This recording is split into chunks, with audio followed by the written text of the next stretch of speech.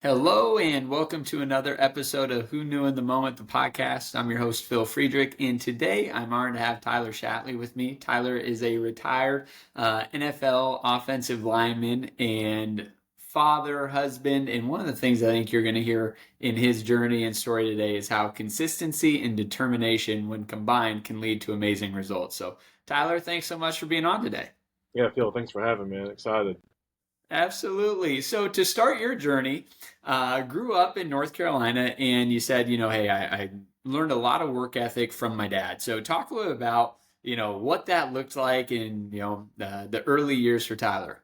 Yeah, so like I said, a lot of with most people, you learn so much from your parents. That is what shapes you. And then, Yeah. for me, that was no different. My dad owned a small retail tire store back where we were from, and man, that dude could work, and he would just, I mean, he was up early every morning, opening the store, cleaning, just the details, and like one of the things that's one of the things I really appreciate about what he did. And I think it really rubbed off on me was just the small details of dude, like the way like when someone comes into his, like we talk about this all the time, like when someone comes in the store, like what are they looking at? Is it clean? Is everything disorganized, or like are things where they should be? How are Yeah. people speaking to each other? Like the way you greet someone, um, and that rubbed off on to me. And then like I said, and then so that's a lot. That was kind of, I learned that from an early age. And then also my dad was my football coach for my entire life. Well, I'd say until I got to like middle school, but in little leagues it was like it is most places. Like my dad and his friends, like all my Yeah. friends' dads were all of our coaches, and that's where we. I mean, it was just very small town, very hardworking people, and they just brought what they knew to football or whatever sport it was, Yeah. and we're just learning like, hey man, like you're just gonna have to outwork everybody, and like this is and obviously learned some of. I was speaking at a men's conference not too long ago, and I learned some questionable things as well. One of my friends used to tell us that the reason that we wear face masks in football is to keep us from biting each other at the bottom of the aisle. That's true. Like one of my favorite things. Like I still remember that to this day. Of being like, at the time I was like, okay, yeah, I guess that makes sense. And now I'm Yeah. like, you guys don't try to bite each. I get to college. I'm like, you guys don't try to bite each other. Like that's how we grew up. Yeah, I mean, it was so awesome. I'm so thankful that my dad was one such a hardworking guy, poured into me. Both my parents just were very loving, very supportive, taught me so much, work ethic, all that, and also made the time to be there. Also made the Yeah. time to coach the stuff. Um, and I know that that's not the case. Not every parent has the time to do that, has the availability. Not because I don't want to, but just because life is not fair, and that's how it works out. So I'm extremely blessed, extremely thankful that that was part of my story. I love it. Now, as your story continued to go, football just became something you really enjoyed and you excelled at. And so, in high school, you were playing both sides of the ball, but really were excelling as a fullback. So, talk a bit about being one of the top ranked fullbacks in the country, and were we blocking, running? I mean, how is Tyler used as a fullback in high school? Um, Honestly, I don't know how that happened. I think every once in a while God just likes to show His sense of humor, and for some reason He allowed me to play fullback as probably one of the heaviest guys on the team. We ran a wing tee, so like I mean, they're handing me the rock 15, 20 times a game. I can remember like we legit like we passed the ball probably 10 times an entire season. Like we were running the rock, man. Yeah. Yeah, so I played mostly fullback. Like I said, it was a lot of fun. I mean, it's every kid's dream. You know what I'm saying? And it's funny that like I can remember thinking like for the longest time I was like, yeah, like I'm gonna be a running back. Like I was watching guys like Jerome Bettis, and I was like Yeah. why would the NFL not need a 270 pound white running back that's about the speed of smell? Like, um, yeah, I got to do that. I got to play fullback. It was so much fun, and that's those were such pivotal or just such special years of football because I talk about this all the time. College is great, NFL is great, but high school is really the last time you get to play with guys that you've played with your entire life. Guys that I grew up with, man, we learned how to play football together. We go Yep. on to middle school, get to high school, and that's really the last time we get to play together. Yeah. Obviously, you make new friends in college and NFL, Yep. lifelong friends, but the high school stuff is just different. It's the guys that you got to play with, and it was so cool, and I enjoyed it. And the fact that I got to play running back and they handed me the football was uh, just it was unreal, honestly.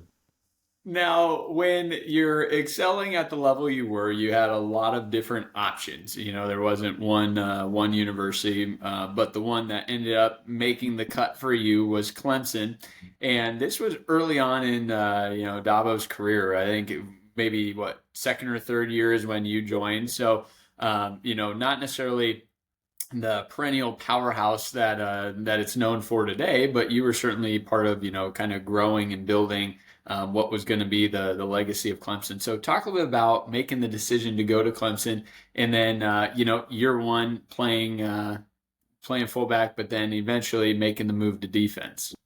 Um, yeah, so was yeah, I was originally recruited by Tommy Bowden, Yep. and I had like it wasn't like Tommy Bowden was at my house, but like the recruiting guys, the recruiting Yeah. coordinator was there. I believe it was my junior years when Tommy got fired, Dabo took over, and I remember that was kind of a thing. Everybody's like, "Oh, are you going to stay? Like, are you going to stay?" Because I already committed. And I did, man. I struggled with that because I was like, "Well, is this going to be a different Clemson than what I thought I was signing up for?" Mm-hmm. Um, Ultimately, though, the majority of the coaches stayed. The guy that recruited me was still there. A lot of the guys were still there. And then once again, man, going back to what like stuff my dad taught me, like we talked about it, and he's like, "Hey, and we both talked like, I committed to Clemson. I Mm. didn't commit to Tommy Bowden specifically. I committed to Clemson. Like, and if I'm not a man of my word, then what am I? You know what I'm saying? Yeah. If I've committed to this, I'm like, well, like I don't know, things have changed, and it's like a couple guys I didn't like, so I'm gonna change my mind. And not like that was me at the moment. Yep. I I understand it wholeheartedly. If like things happen, things change. This is not like an indictment on anyone else that has changed their Yep. mind.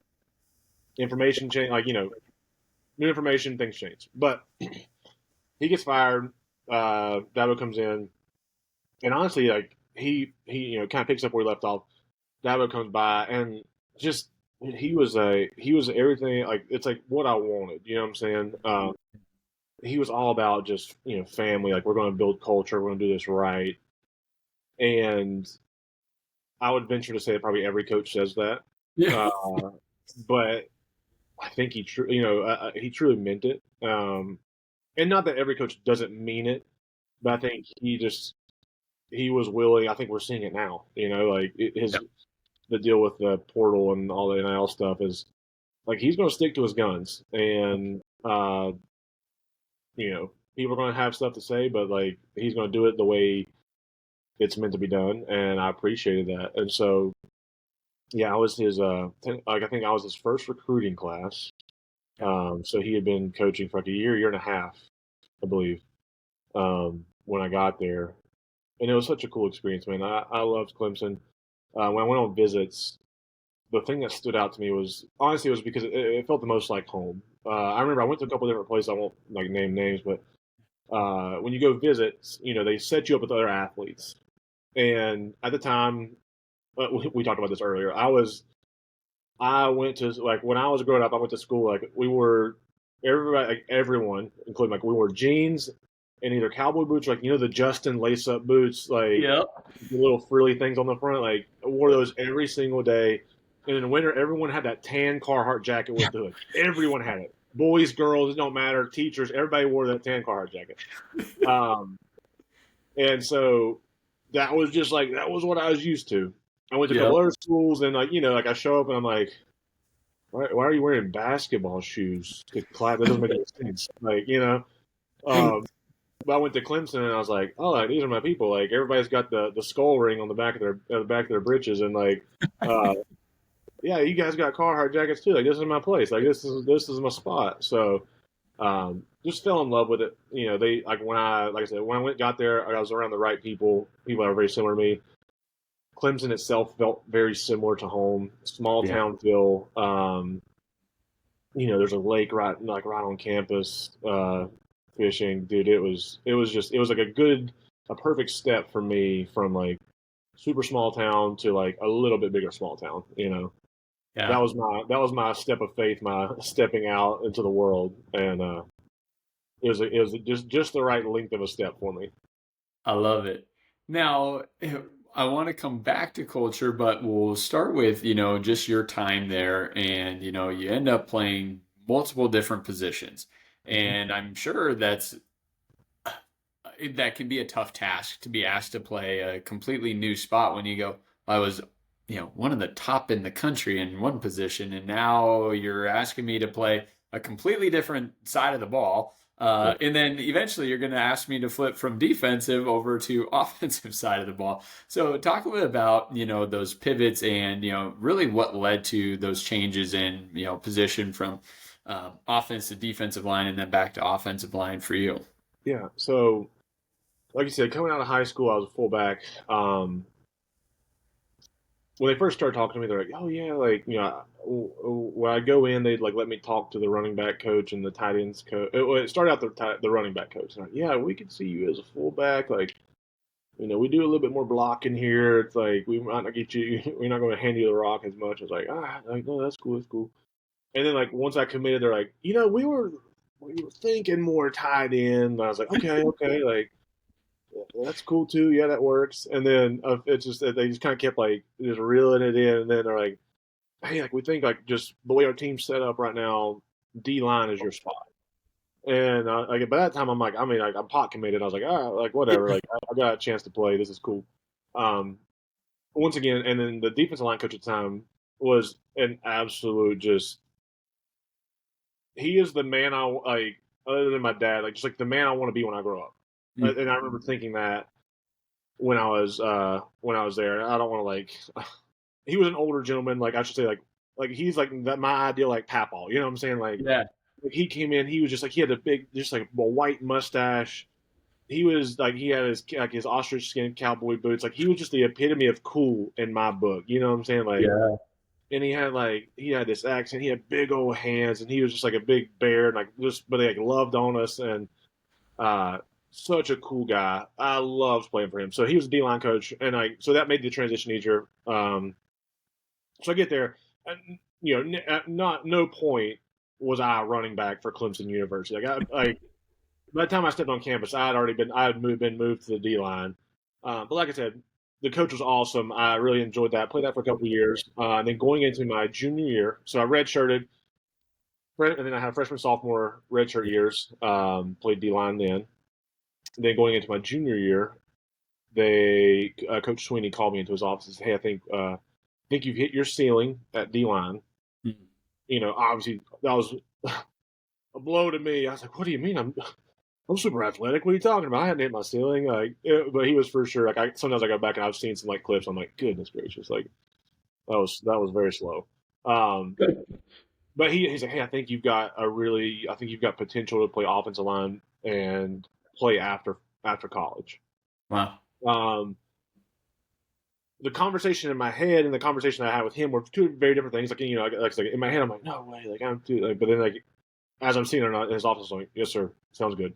Yep. Um, so we had the conversation. I move that spring ball. It goes well. It's just kind of like almost like learning the reverse of like I'll just do what I did on defense, just like grab the guy and like hold on for dear life, and we'll figure it out, I guess. Um, and honestly, man, it went really well. I think that being like playing defensive line helped me a lot with Yeah. offensive line, just understanding both sides of it, understanding like, what they're Mhm. thinking, like what Right. defensive calls, just how things are like, hey, like when you like knowing what they're looking at, and then kind of being able to transfer that and be like, okay, well now I know what they're looking for, like I know what I could do. So I think it was very helpful. I moved to offensive line. Um, Love my offensive line coach. He was great, Coach Caldwell, and yeah, man, I just took it one step at a time and went from there. As started out very raw, very just we're figuring it out. But they stuck with me. They were awesome. The coaches were great. They stuck with me. They kept working with me, and yeah. So then I got to play 2 years on offensive line, and it was honestly probably best move I could have made, which led me to undrafted, but opportunity to play in the NFL. And then we are 11 years later. So Yeah. So you guys, had some really good years at your time in Clemson, and you brought up the culture part of it. yeah, And I'd love to hear just, in your opinion, obviously being there, kind of like year two, so to be arguably the very beginning, right? yeah. And then really laying the foundation because you end up making one of the big bowl games, your junior year. So talk a bit about how you saw culture change, and then to your point, you know, it just seems like that's something he believes in so much. What he does to instill that belief or, buy-in within the program. Yeah, it is just an extreme adherence to the truth, of just integrity, of just doing things the right way, man. And like that's one of the things we always had when we were there. We had like what they call like accountability groups. So in the weight room in the off season, we had groups. We'd break them up, and that's just like your group was how you. So like no one was punished by themselves Hmm. if they Yeah. missed class, if they miss workouts, whatever. We did it as a group. There was like 5 or 6 groups, and that's one of the things I've learned is that like if someone is acting up and their opponent like this only affects me. Yeah. For some people it's not like, oh, you're gonna make me run, but fine. Like I can run off it. Yep. Well, now when I've got 10 other guys running because of my foolishness, like now it's a little bit different. That's Even if it good. doesn't bother them, it bothers the other guys, and they're gonna get on. Like when you can create a culture of like self-policing, where Yep. the coaches don't have to come down and be like, hey, like blah blah blah, this, like we're doing this. Like when it's the players doing it, that is what you're looking for. Because anytime like the coach is saying it, it's like it's an authority figure. It's Yep. I don't want to say oppressive, but it's. I think we've all seen that video of like the guy like shows like he stands in front of the guy and he's like, hey, like walk with me over here, and they walk over here. Right. And he goes like, let me put. And then he puts his hand, like, put your hands up. And he pushes into him, and the guy pushes back. He's like, I didn't even tell you what to do, but like me telling you what to, what I'm saying, like me pushing against you. That's Yep. the same thing. When a leadership comes down or like telling you what to do, you're just naturally as humans, as sinful humans, we're just like, I don't like that. I'm gonna push back. Yep. But when it's a friend, when it's when it's a colleague, a coworker, a peer, hey, let's like we're doing this together. Yep. That's a huge change. So there was stuff like that. There was just stuff that like I can still remember like seniors always get like when we flew, the coaches sat in the back with like all the young guys, but like the seniors got to fly in first class, and that was a big thing. And Yeah. then also like I said like it wasn't like the coaches sat up there because I've been on like in the NFL like that's how it used to be when we'd fly certain like coaches and everybody sat in first class, everybody else in the back. Yep. At Clemson it was seniors sat up front. You had to earn that, and it didn't matter if you were a starter or you had never played in football in your life and you just happened to be like the guy that was carrying water. Like if you were a senior, you sat up front, and the coaches it wasn't the coaches, Yep. and just stuff like that where it was just like a reminder of like, hey, like do it, like just be like that. Like to me, that says like consistency pays off. Being Yeah. here the long haul pays off. Yep. Um, that's how you get there, and it's not like, well, hey, the coach is like we make more money, like we're kind of in charge, we're the authorities, that we get the best spot. But hey, all the starters get the best spot. You know what I'm saying? Like the guys like Sammy Watkins, Yeah. absolute ball player, his freshman year, sophomore year, junior. I think he left early. He never got to sit in first class. Obviously played, was a very good football player. Probably can sit in first class now, but Might have been able to afford a ticket or two. Yeah. yeah, yeah. But just that adherence to the rules of like it doesn't matter who you are, what like this is the standard, this is the rules, this is how we do things, and if you don't get in line, then there's like, hey, good luck. I hope you crush it somewhere else, but we're going to do it right here. And I think that creates a culture of everybody's bought in, man. And I love that culture, and it makes it easier. Like I know what to expect. There is no gray area. Like I knew exactly what to expect. I knew exactly what was expected of me, and I love that. And I think that's just a great way to run any kind of team or organization. It's awesome. I love it. Now, as you alluded to, as college, careers coming to an end, it's a great team success. You guys have built a lot of momentum for Clemson as a program. A lot of NFL talent. I mean, Taj Boyd, Sammy Watkins, right? I mean, people on that team that had NFL talent, and you are one of those. However, when draft day comes, well, the 3 draft days go undrafted Yep. and get the opportunity to sign as an undrafted free agent, which some people say is, hey, if you're going to go in round 6 or 7, you might actually be better off going undrafted where you can kind of pick or, have a little bit more optionality on where you're going to go opposed to, hey, you went here and you're just going to get buried, or hey, you went here, but you really didn't have a chance to make a roster. So talk a little bit about the emotions of, the draft, if there was any frustration or disappointment of not being drafted, but then, ultimately making the decision to join with Jacksonville. Yeah. Dude, that whole process was just wild. So if you back up even further than that, Yeah. I think the only reason I even had an opportunity to go some of the places like Jacksonville and I had a couple other teams reach out was there's our left tackle Brandon Thomas at the time, same year came out at Clemson. During the draft process, a lot of teams were coming in to look at him, to watch Yeah. him, whatever they do these little like workouts. And every coach would come in and say, "Hey, do you have somebody that can come hold a bag for you?" Or like, another older guy. And he'd be, "Yeah, like Tyler Shatley's coming. Like he played right guard." So I got it's cool because like I got to do all these workouts with him, and then make all these connections with coaches, and they'd be like, "Oh, like never heard of you, man, but like." You're doing all right. Like you can hold a bag pretty well, and it's like I promise I can hold it. I'll hold the best bag. Um, and so I got to like make a lot of connections there, which I was super grateful for. Obviously, I just think that was part of my story, part of like just the divine intervention to get me where I was. Yeah. So, um, yeah, go through all the process. I'm talking to my agent, kind of like running through some numbers or whatever, and the prediction is like a late round undrafted guy. So I wasn't surprised. Obviously, there's still some disappointment. Even when someone tells you, "Don't be surprised if you don't get drafted," there's still Right. some disappointment. I'm like, man, like they drafted that guy, like that guy, really? But it's like you said, the fact I got to pick because there were some places that would not have been good for me if I had Yeah. gone because they drafted a bunch of guys, at certain positions. Yep. Jacksonville, I'd gone on a visit there. I had to work out with the coach, like I said, through my other buddy, and yeah, just it felt like the right spot. So when they offered, I was like, yeah, let's go there. But yeah, I don't know. That whole process was weird.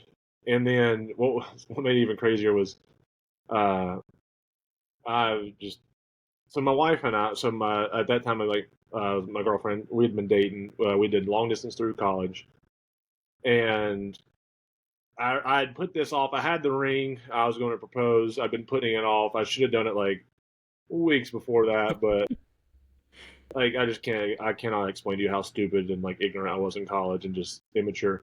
And I was like, oh, I'll figure it. I'll find a way. And so I thought, you know what? I'll just do it. Like I think I did it on the Saturday. It was like the last day of the draft. Like the draft ended, and I was just like, we went to Olive Garden. Delicious. Salad and breadsticks can't beat it. Yeah. And That's, so we get engaged, and then like the next day, Jacksonville calls and they're like, "Hey, we're picking you up in free agency.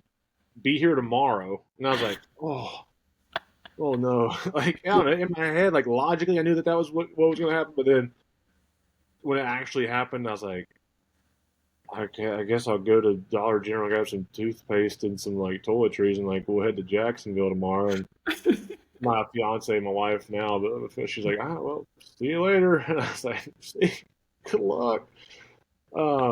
So yeah, dude, that draft process, like the first couple of nights of the draft, I'm like, I got it. Like, I know I'm not getting drafted, but I got to figure out how I'm gonna ask this girl to marry me. I got to talk to her dad, and then I do that.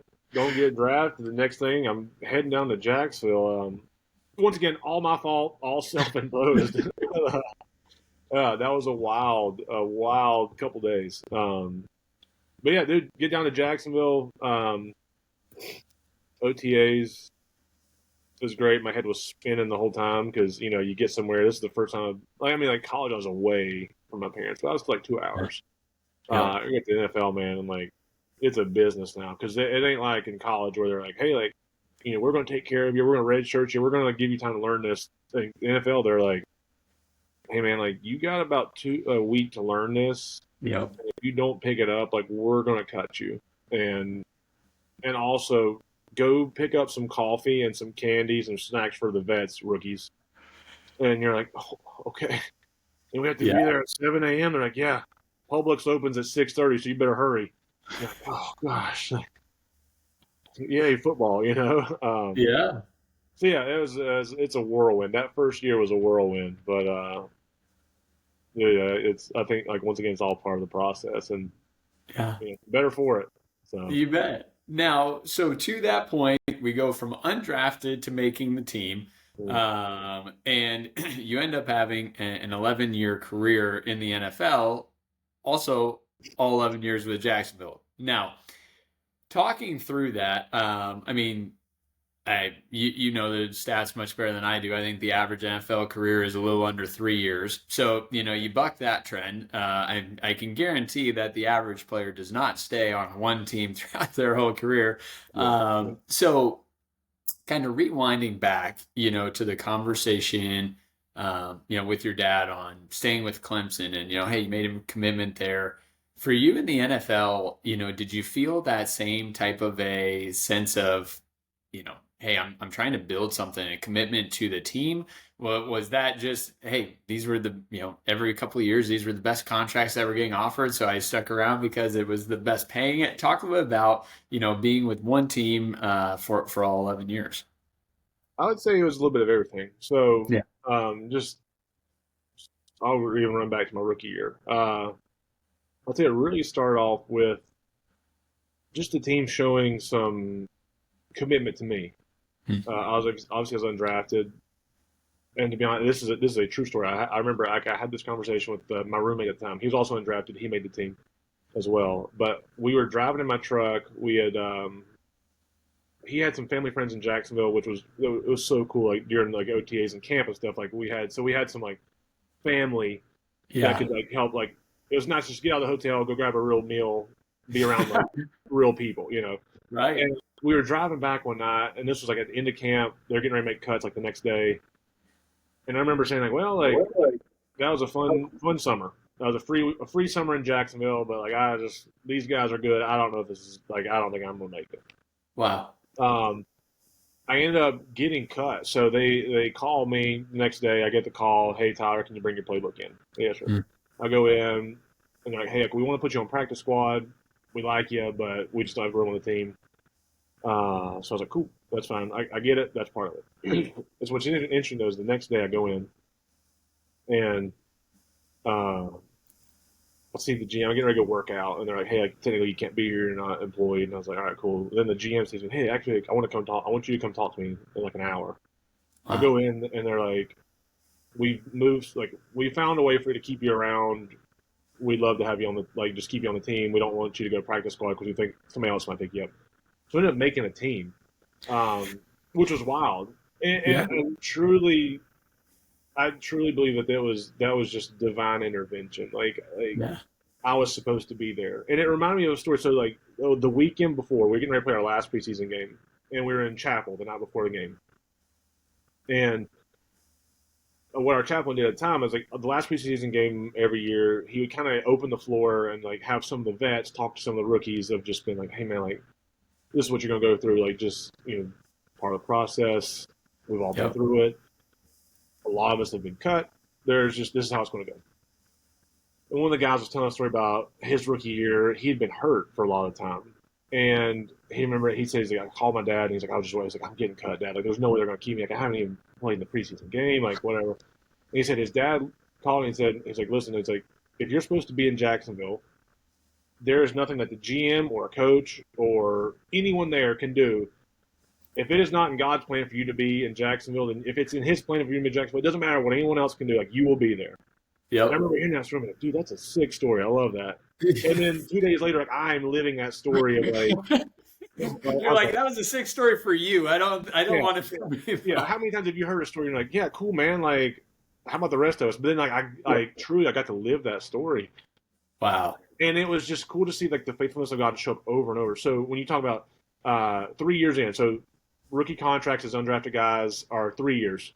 Yeah. Go 3 years, boom, boom, boom. Get to my next contract. Same kind of deal. No one else was really interested. I hadn't played a ton. I'd played a little bit, not a ton. Um, and in that time, they've been drafting. They had drafted the offensive lineman every year, and like I keep thinking like, oh, this is the year. Like they've drafted my replacement, and Yeah. through injury or trade or whatever, I found myself on the team again and again and again. And I would say honestly, like the first 5, 6, 7 years, like wasn't my choice. It was just like that was my only option. Yeah. Or I remember I had another option. I can't remember what year it was, but we were pregnant with our. My wife was pregnant with first or second kid. I can't remember. It had been our first, and it was just one of those things where I was like, "Well, where am I going to go? Like, Yeah. I'm not going to move, and then my wife stay back and have a kid because her doctors are here. And she had to have like certain doctors just getting that, but Yeah. uh, and so that was just like a natural. I was like, oh, well, I'll just stay here. This is what's best for my wife and our kids. Yeah. And then after that, it's kind of like, but then it did become. I was like, well, where else am I going to go? Like, this is like Jacksonville's my place. Like I want to be here when it gets when we do turn it around. And we had some good years. We had 17 Yeah. was a good year for us. 22 was another good year for us. And that was 22 was a year that rocked me, just top to bottom. It was an awesome year, and I just think about that. I'm like, I'm so glad I was here for that.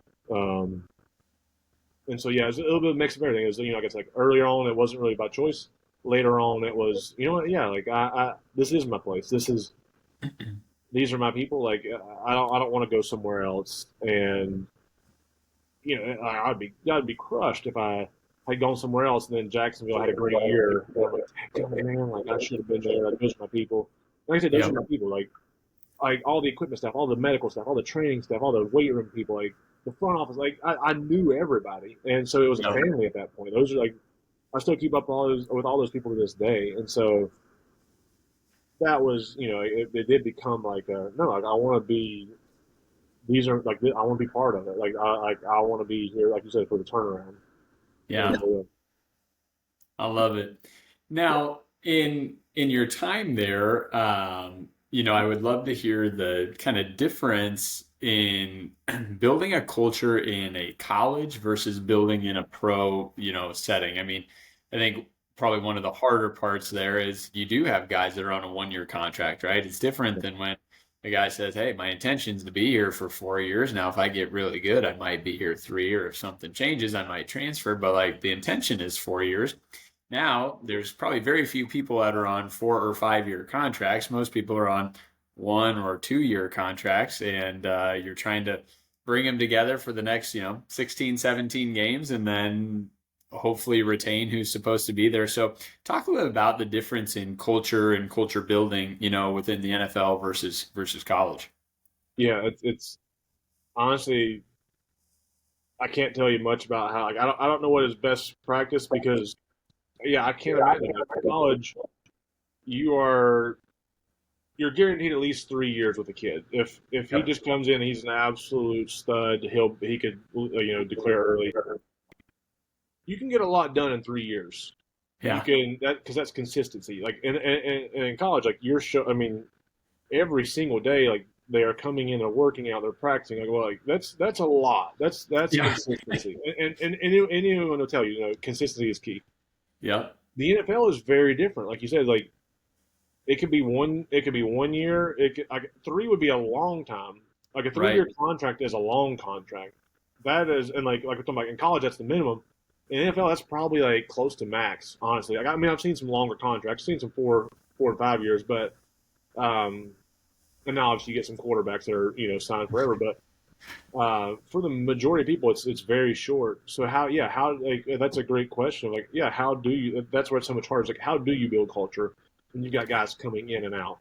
And I think part of that is being loyal to the core guys of, hey man, like you're going to be here a while, and we're going to be loyal to you, and Yeah. you know, it might be like sticking with somebody when they're not having when they after they have a down year, Yep. and proving to them that like, hey man, we're here for you, we need you to be here for us, and I think people see that and they Yeah. say, man, like they stuck with that guy.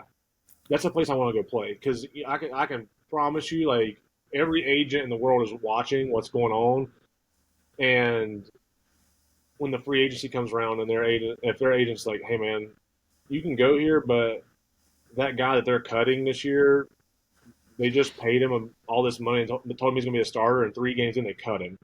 Yep. So just so you know, if you go there, like they're expecting it now and expecting it great, and I think that's hard to build a culture like that. Because I mean, imagine if the first time you did a podcast, if you know the podcast gods were like, hey, if your podcast doesn't have 10,000 views in the first three, like we're gonna like you're fired. You can't do a podcast anymore. Can't do it anymore. And you'd be like, well, okay, like hope this works. Like Yep. there's no consistency. And now I'm sure like you probably look back at something and you're like in that first one, whew, like, Oh, but now you know it's smooth. Like you know what you're doing. And like I think like that's just like building that consistency. So I yeah. think a lot of it is just like finding a way to keep some core people around to build that culture to Yep. like we were talking about earlier, where it goes back to like now the players can police the culture. It Yep. doesn't have to be the coach always doing it because it gets even harder in the NFL because it's one thing to be, you know, a 40-year-old telling an 18-year-old, hey man, this is how we do things. All right, Yep. you know, I get it. I'm still sitting in class and the teacher's still teaching me like I am still a child. Like Yep. and like I like to think that I was an adult, but like Yeah. somewhere in there, like I still, you know, like I'd still call mom and be like, so we don't put Dawn in the dishwasher, or we do, you know, like. Yeah. But now, like it's hard in NFL because you know, imagine a 40-year-old coach looking at a 35-year-old player being like, "Hey, I do it this way," and it was like, "Bro, like we went to high school together. What are you talking about? Like, I've got just as many kids as you do. I've lived as much life as you have." So it's hard because Yeah. you can't just come in and be like, "Oh, this is how we do things." Like I'm the authority here Yeah. because these are grown men you're talking to, grown men with you know wives and children and real life issues. Like, um, yeah, so Yeah. creating that culture, man, it's so big to have that consistency where now it's peer led Yep. and not this authoritative. Like this is how we're doing it, you know. I love it. Well, and you mentioned the word consistency, and I Mm. think your consistency certainly had to help build culture. I would imagine you are a person that people pointed to frequently. 140 games in a row. Once again, most people don't even get 140 games, let alone to play 140 games in a row. I know you weren't feeling 100% for each and every one of those, right? At least I would imagine you weren't.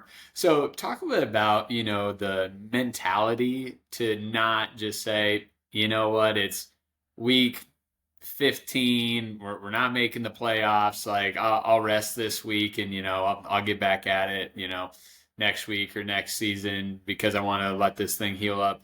Because once again, unfortunately, you see that frequently. But talk a little bit about what that consistency and being willing to play through, difficult personal things, injuries, whatever it was that was going on in your life that you had to overcome to stay consistent and keep playing. Yeah. Well, first of all, I'd just like to like preface that with that was 140 like full like starts. Right. This is like my pro. Just Yeah. for those listening, like my primary role was I was a backup. I played a lot. Like I played 8 or 9 games a year, but um, I'm not like I have no like Superman by any means. And I got to say like once again, I guess it goes back to like that was just what I was meant to do. Man, I Yeah. can't tell you how many times that like I was in practice or a game and just a body comes flying like an inch past my knee, and I'm like, that was almost my season. Right. Um, but yes, there is some consistency. There is some help and consistency of just getting there and taking care of your body. And it's the monotonous stuff. It's the like stretching and getting up early and going into the training staff and like, dude, like and it sounds so like stupid, but like making sure you're drinking enough water Yeah. and staying hydrated and fueled so that way your body does it. And one of the people that I was inspired by, especially later in my career, was Brandon Sheriff. You know Brandon, Yeah. Iowa guy. That guy, because that was a guy that had played, like, was playing every single down of every single game of football. In the 3 years that he was here in Jacksonville with me, like, didn't miss it, like, started every single game. And, like, that's a guy, dude, like, I I swear I think he woke up at, like, 4 in the morning, like, and it would be in the training room. Like, he would, like, I think they gave him a key to the place. And, like, he would open up and be, like, mopping up before everybody got there. But, dude, that was a guy that, like, just tough, man. And like talk about consistency. Like that was one just like I said, like in the training room every day and just had that mindset of like if I can walk, I'm gonna get on that field. And Mm. I think that's part of it is that like so much of it is just taking that first step. And there's been times I've been in that same way. Like man, I'd be like I have had times like I get rolled up and I'm like if I just telling myself if I can just get there, if I can Yeah. just get on the field, the adrenaline will kick in, Yeah. something will happen, and I can get through it. But I just Yep. got to get there. And people talk about it all the time with like the gym. If I can Yep. just, the hardest part's getting out of bed. That's You right. know, if because once you're out of bed, you're like, I ain't sleeping no more. Like I might as well go do something productive. Yep. The hardest part's that first step and getting there, and I think that's part of where that consistency. It's also just a consistency of being like, I'm gonna do it, man. I'm gonna take that next step. And I think I've read that so many times too. Like you read about the guys that do training like buds, like and then like the Navy Yeah. SEALs and Marine stuff. They talk about like when they go through those the hell weeks and stuff. It's like Yeah. just get to the next meal. And Yep. that's one of the things I remember. I can't remember who I was listening to, but they talked about like they just broke it up and like just get to dinner, just get to Yep. dinner. I can take a rest then. I'll figure it out, and like I'll quit. I'll quit tomorrow but Yep. not today. And then you get to tomorrow and you're like, dude, I'm down right now, but like, I'll quit tomorrow, not today. And then, just like, let me just get to that next meal. Yep. And so I think just like that consistency, man, just showing up, getting up, go, and uh, doing the little things to take care of your body and your mind. So that way you don't get to the one day where you're like, I am in a hole right now. But, you put those little deposits in to stay in the fight. I love it. Now, in addition to that, and that's such good insight. I had the chaplain for the Chargers on the podcast, and he had a stat, and it was 70% of NFL players will end up getting a divorce. And you talked about, hey, I got engaged right, right after I signed, and thank God we can say that you're still with the same lady and married today. So talk a little about, the relationship side for you and, once again, the ups and downs of a career that's as volatile as yours and as, in the limelight as yours, but also making sure at home, hey, we're taking care of us. And now you've added kiddos to the dynamic. And hey, we're growing a family and we're instilling some of those same things my dad instilled in me and coaches have instilled in me. So talk a bit about that front for you. Um, well, one, like I said, my wife is an absolute rock star, man. She has just stuck with me through, like I said, when I was like when we were in high school and then in college when we did long distance, and I was just extremely selfish and immature, and she just continued to stick with me. And then we get to the NFL, and even then, dude, like we first get here, and like I still just had this like it's all about me, like this is my career, I'm making all the money, Mm. you just follow along, and we'll do this, Yeah. and her patience and all of that just like she just had the foresight like he's gonna grow up one day like he'll be all right and I'm so thankful that she was so patient with me. One of the things I think I would say to anyone that's like in any kind of not even just football or any sport but like one finding someone to mentor you, someone that's where you're at or someone that's been where you've been Yep. and it's where you want to go.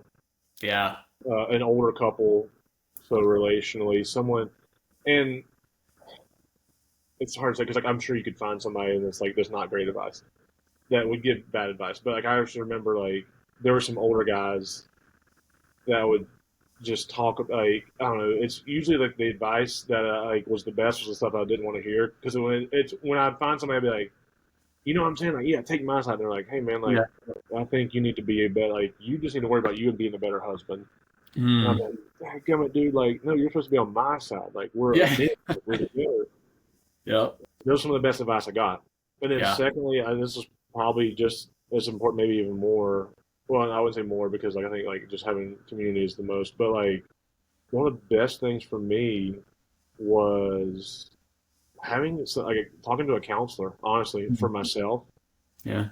and going back to that of I go in there and be like, man, like this or that, and one of the things I loved about the guy I talked with is like, hey, like we're not here. He's like, I can't fix anyone else, Yeah. but like I can work with you, Mm. and a lot of these problems, you know, what the common denominator is you, bud. And I'm like, God damn it, dude, like is anyone on my side? Like, but I truly think that those two, like just surround yourself with people like that, and once again realizing just being in alignment with like where you're both going. So we actually one of the things that was super helpful was at our church, our pastor did a Song of Solomon series. Mm. We went through the book of Song of Solomon, and just really challenged both men and women to be like, hey, if you're like if you're counting up like, oh, well, I did dishes last time, like you got no like you've lost it. If there is a scorecard, Yep. I can go ahead and tell you this, the answer. You're losing if you've Yep. got a scorecard. Like the only thing you should be doing is like it should be a constant like battle to see who can do what for each other, and Yeah. not perform, but like we're constantly trying to like overdo each other and loving each other and being there for each Yep. other. And that was that was a great series for me. Just an eye opener of like, man, like I have been very selfish. And then like I said too, like talking to those older men, I like this is a sorry, long story long. You're good. I remember I was in college, and me and my buddy were sitting behind two older gentlemen on the bus. They were two like kind of the team. I don't even know what you'd call them. They were just pouring into the guys. Like both of them had former players, Yeah. but just kind of like some consultants, just some like just wisdom. People that were just there for that. And I remember it's funny because like when you're in college and like the whole thing about dude like you're so whipped like your girlfriend tells you to jump and you say how high and like blah Yeah. blah blah and you're like oh no I'm not like I'm an old man. I remember we were sitting me and my buddy were sitting behind these two older guys and they were having that same conversation but like on the opposite like they were both it was almost like they were arguing like my wife asked me to go get her a glass of water today, and I went and got her I got her 5 glasses. And, like, she said, jump, and I said, how high and for how long, and I'll do whatever you want. And it's like they were having that same argument, but of, like, who was more Wow. um, self And I remember, like, we like, looked at each other like, what in the world's going on? But Yeah. I look back at that, and I'm like, those dudes had it. Like, that's why they were around. Like, that's why Coach Sweeney had those men around us is Yep. because for us to see them and hear them say stuff like that and be like, dude, that is how you have a good relationship. That is Yep. the reason those men have been married 30, 40, 50 years is because they have figured it out, man, that they were trying to outserve their wives. And I would assume that their wives were doing the same thing. They weren't doing Wow. this thing where it's just like, well, I watched the kids for 20 minutes the other day, honey, so I'm going to go play golf for 5 hours. Like, no, it's like, hey, what can I do to like serve you? And That's so yeah, I think that was a good thing that always sticks out to me. I always think it's so funny. Yeah, just being around people that are doing it right, and then seeking help, man, seeking professional help. Like I think that's another thing too. Like I said, it's just I have a counselor. I see a counselor, and I think we're getting better about it.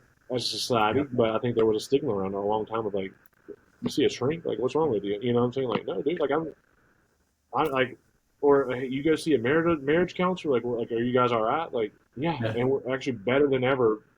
We're not doing it because we're all broken, but like, Yeah. we're not doing it because there's something wrong. We're doing it because we're trying to be better. We're Love trying to that. like be the best. Like, it's just like anything else, man. Like, if you want to like enjoy something, be good at it. Yep. That's how you do. Like when you're good at stuff, and like the best way to be good at something is get a coach. Talk to somebody Yep. that's doing it. Like that's the advice I'd have on that. I love it. Long story long, but Hey, it's a lot of good nuggets in there. That's perfect. So, kind of last thing, and I know you got things to get done today, so I'll let you get running. But would love to hear, one or two games or players that played against that stand out as just, man, that was a really, fun event, or we had this great comeback win or this unpredictable win, whatever it is. Maybe one in college, one in pros, a little bit there. yeah. In college, I can remember the game that stands out to me is I want to say 2011,